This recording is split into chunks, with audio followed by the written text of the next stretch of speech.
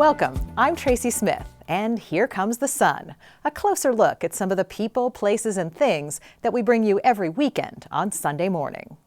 Recently, I sat down with two of Hollywood's biggest stars to talk about the end of the world, at least as it was portrayed in their satirical new movie.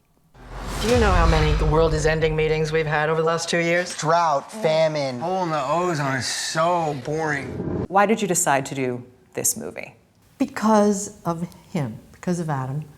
I had been waiting patiently for something like this, and it sort of landed in my lap. He's done award-winning movies like Big Short, Yeah. Vice, but are you Anchorman fans?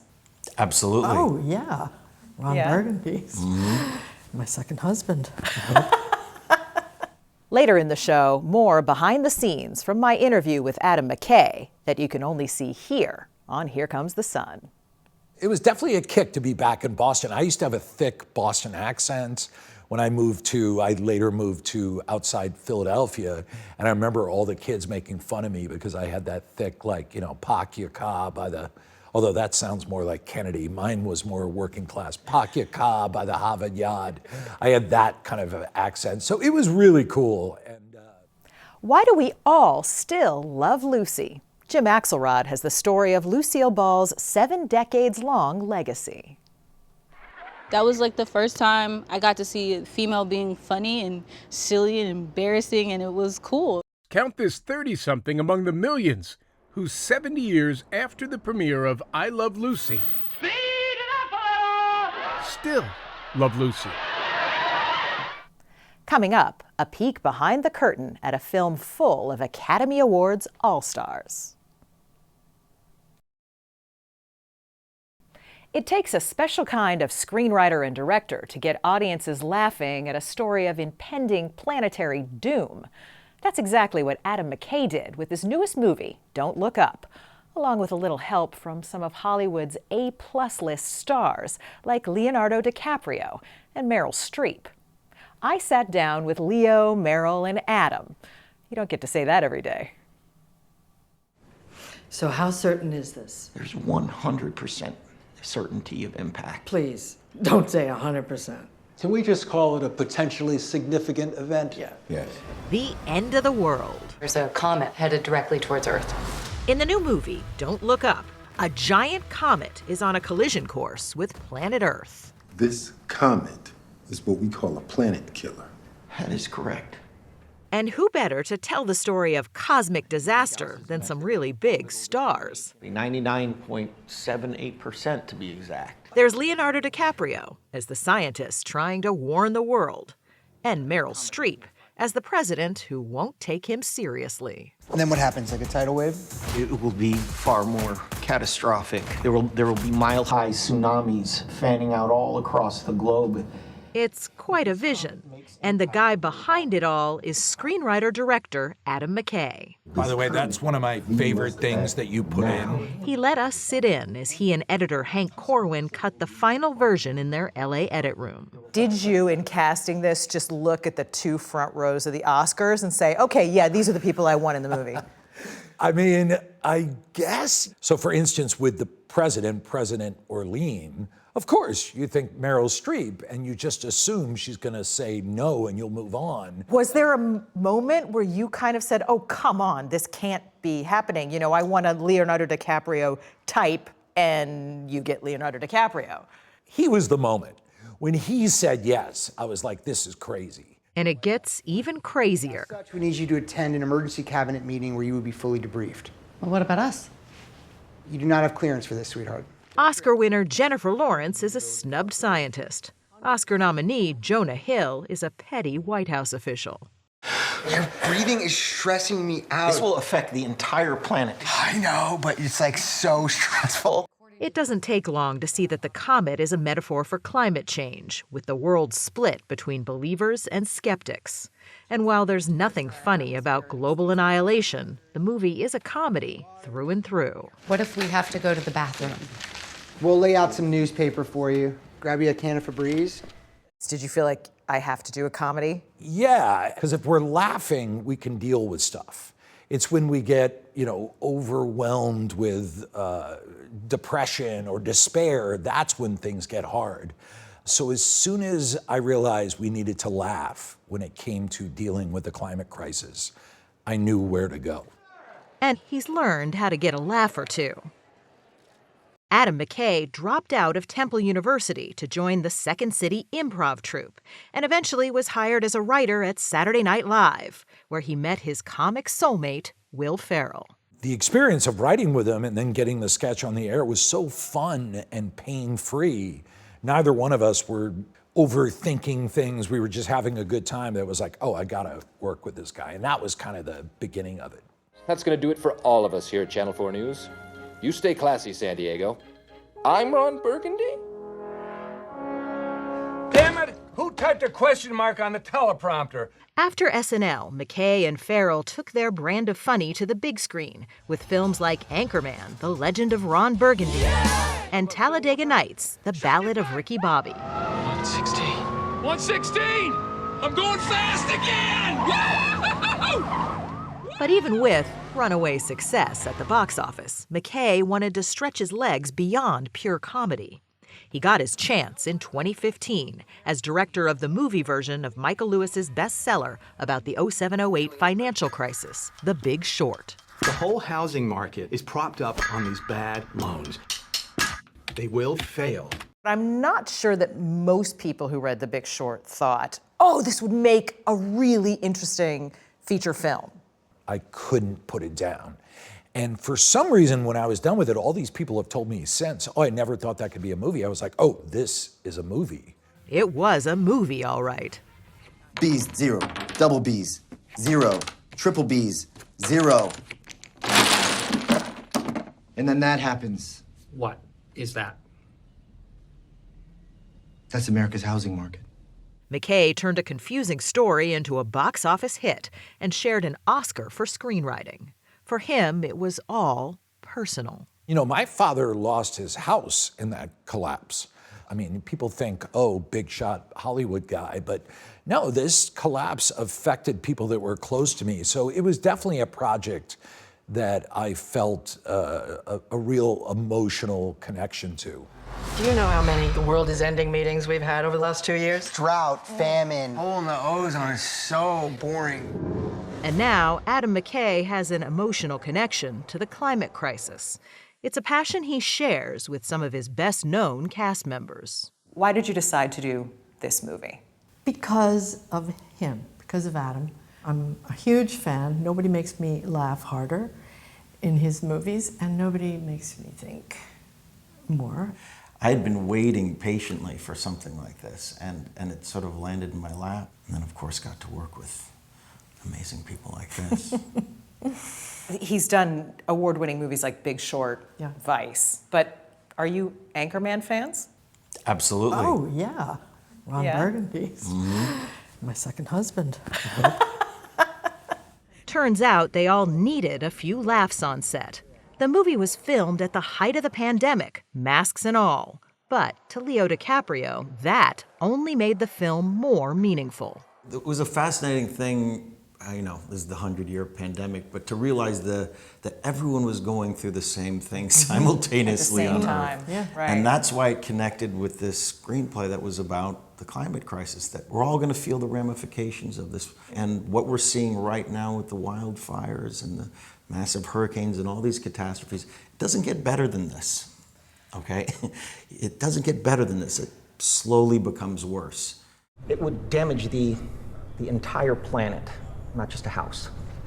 The entire planet. Okay, well, as it's damaging, will it hit this one house in particular that's right on the coast of New Jersey? It's my ex-wife's house. I need it to be hit. Can we make that happen? But bad news, like the climate crisis, is a tough sell, and the film skewers news media types, played here by Tyler Perry and Cate Blanchett, who insist on smiling through it all. Are we not being clear? We're trying to tell you that the entire planet is about to be destroyed. Okay. Well, it's, just something we do around here. We just keep the bad news light. Right, it helps the medicine go down. From where you sit, is that accurate? Yeah. Yeah. I asked for it. Here we are. We all get fluffed up and we come on and we're talking about our movie and we're on TV and, he shaved. And yes, we try to give the people something, something to lift them.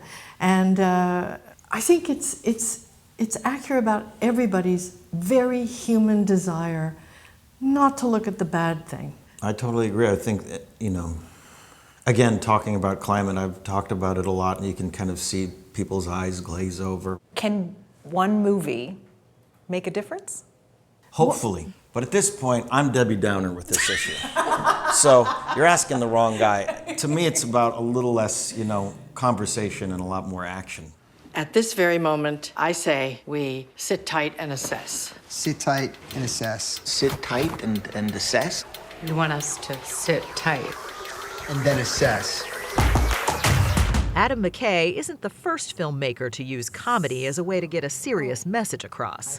He's just hoping he won't be one of the last. We could overcome this, but what's scaring me now is it's really getting to be down to the last second. So hopefully this movie is something where we get a lot of laughs, but we also get a kick in the pants. Did Christian Bale save my life? Did Dick Cheney save my life? I don't know, but I'm gonna give the credit to Christian Bale and my wife. How about that? Adam and I talked about much more than his latest film. That's up next. Here comes more from my interview with Adam McKay, exclusively on Here Comes the Sun.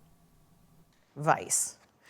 When we were just talking, when we saw you in the edit room, you said, Vice was so draining for you.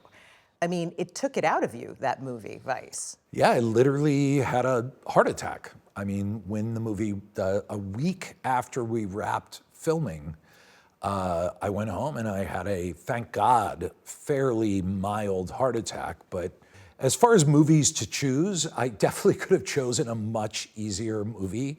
I knew that one was going to be really hard, and especially with how divided our country had become in this kind of red and blue way. And going back to the heart attack, Christian Bale had done some research into heart attacks that actually ended up coming in handy for you. Yeah, that is entirely correct. Bale researches everything. He looks into every aspect of a character, which is no surprise. He's a great actor. So the morning that I had the heart attack, I just worked out and I was feeling queasy in my stomach and my hands were tingly, which just as someone who's never experienced heart trauma, I always thought it would be the pain in the arm or the chest. And exactly at that moment, I remembered Bale asking me when we were filming Cheney's heart attacks, how do you want me to do this? I go, well, what do you mean? It's a pain in the arm. He goes, no, there's a lot of ways you can have a heart attack. One of them is you're queasy in your stomach and your hands tingle. And I jumped up off my couch, I ran upstairs, and I took 5 baby aspirins. And I called my wife because I was still doubting it. And God bless my wife, she immediately called 911. And because of that, I suffered no damage to my heart. So did Christian Bale save my life? Did Dick Cheney save my life? I don't know, but I'm gonna give the credit to Christian Bale and my wife. How about that? His film Vice may have nearly ended him, but for his newest film, Don't Look Up, McKay went back to where it all began. You shot a lot of the movie in Worcester, which is where you spent, up until 4th grade? That's right. And your mom was a single mom. How did she make ends meet? So yeah, we were living in Worcester, Massachusetts, which was very bizarre that we were filming a bunch of scenes there. I hadn't been back there in decades. And I had a single mom who was a waitress. I had a younger sister. We were on food stamps. But the funny thing about it is I don't have ill memories of it. Like, my mom loved us like crazy. We had a great family around us. But then looking back on it, it was like, oh yeah, we had our house robbed, we had our cars stolen, we had a gang chased me down the street. So looking back on it, but I was lucky that I was in first, second, third grade, because when you're that age, you're so resilient. But yeah, it was definitely a kick to be back in Boston. I used to have a thick Boston accent. When I later moved to outside Philadelphia, and I remember all the kids making fun of me because I had that thick, pak ya ka by the, although that sounds more like Kennedy. Mine was more working class, pak ya ka by the Harvard Yard. I had that kind of accent. So it was really cool. And I felt immediately at home when I was there. I was like, oh yeah, this is where I'm from. This is where you're from. Yeah. So did humor come in as a way to deal with some of those things that you had to go through, being chased down the street or people making fun of your accent? Did humor come in early there? It's funny. I remember when my parents split up, it was like second, third grade. And right at that time, I started watching The Three Stooges. And for a lot of younger people don't even know who The Three Stooges are nowadays, but they were like punk rock comedy. And it was like I discovered comedy at that moment. I don't know if that was an emotional adaptation, having your parents split up, because my mom was really funny. Like, she's always been funny. And my dad is a huge comedy fan. He has a great laugh. So probably somewhere between the two of them, I started getting into comedy. After the break. So why don't you join the thousands of happy, peppy people and get a great big bottle of Midget. Just the name, Lucy, says it all. More on Lucille Ball's enduring popularity coming up. Lucy loves me. More than just a groundbreaking comedian, Lucille Ball was also a savvy executive who greenlit some of the most popular television shows of her era. But of course, it was her biggest hit, I Love Lucy, that transcends generations. We asked Jim Axelrod to explore why we still love Lucy. On a Hollywood lot, where one of America's biggest stars ever first filmed her groundbreaking show, a young artist named Yolanda Glass has been hard at work. One of the workers who came by, who worked on the lot, he looked up and he was like, Lucy would be proud of this. I can't describe how encouraging that felt. Yes, count this 30-something among the millions who 70 years after the premiere of I Love Lucy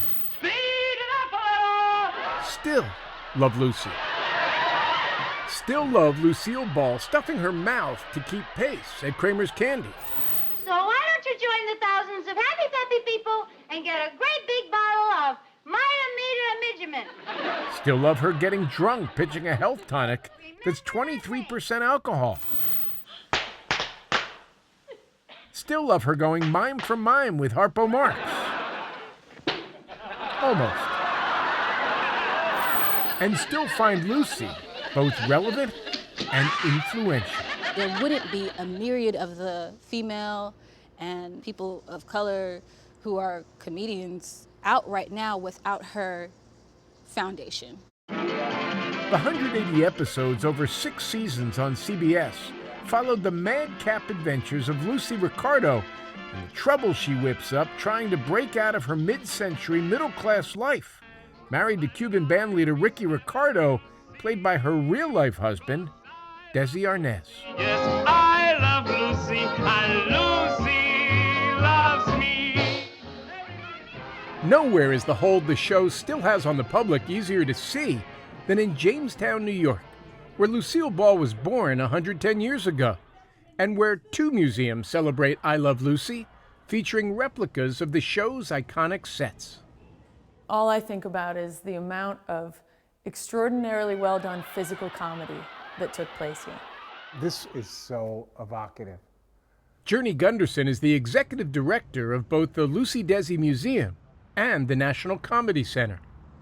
70 years later, why is Lucille Ball still relevant? I think in some ways, Lucille Ball's legacy can be appreciated now through a 2021 lens, perhaps better than it ever has been able to be appreciated.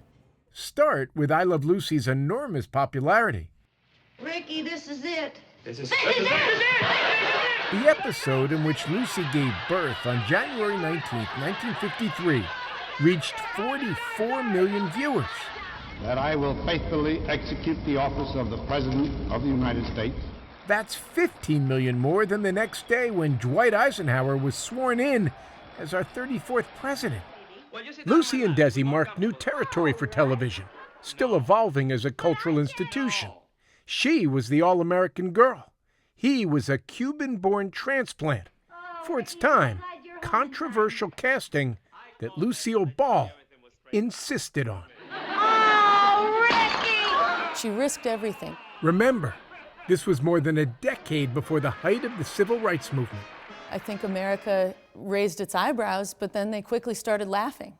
Lucille Ball and Desi Arnaz were TV pioneers in an impressive list of other ways as well. The laughter was so loud when they filmed, it was recorded and used for other shows, helping to launch canned laughter as a standard production technique. That show where she gave birth capped TV's first ever pregnancy plotline on a Big 3 network sitcom. It was still taboo for a woman who was pregnant to be out in the open in front of everyone. And when Lucy needed some time off post-delivery, Desi offered up a first that changed the Hollywood business model forever. Just repeat some episodes that had already aired. Desi Arnaz, father of reruns? Yes, and the story goes that CBS executives laughed at him and said, who's going to want to watch them after they aired? It turned out everyone would, which is why 70 years later, Lucille and Desi are still cultural icons. I care about what's funny. The subject of that new Aaron Sorkin movie being the Ricardos with Nicole Kidman and Javier Bardem. No. And a novel, The Queen of Tuesday by Darren Strauss. She was famous to a degree that hadn't existed before her, really. While intrigued by her immense public appeal. When they'd cut to commercial, the water tables would drop in the big cities because the entire country was going to the bathroom at the same time. Strauss found her private pain most compelling. Look at this face, though. Yeah. That's not acting. Yeah, that's great, right? She and Desi were perfect together, except for the fact that they weren't. She loved him, he loved her, and yet they couldn't live together. On camera, Desi was an understanding, loving husband. Off camera, he was an alcoholic and a womanizer. She knew she couldn't divorce him because that would let the country down. That's how powerful that bond was for us. It was like a civic bond. In his novel, Strauss gives Lucy love in the form of an affair with his own grandfather. And I wanted to give her a love story of her own. That's why I told the story in this way. But that's fiction. The fact, Lucy and Desi did eventually divorce. Both remarried. But most poignantly, if we asked her at the end of her life, who was the love of your life? Desi Arnaz, absolutely. At the root, they were connected by their souls. Yeah. Kate Luckenbill agrees, and she should know. We had a very special bond. She's their granddaughter. Your grandparents did remain in love until the end of their lives? Uh-huh. Completely. Madly. Deeply. Now the head of creative direction at Desilu, the studio founded by her grandparents. That's right.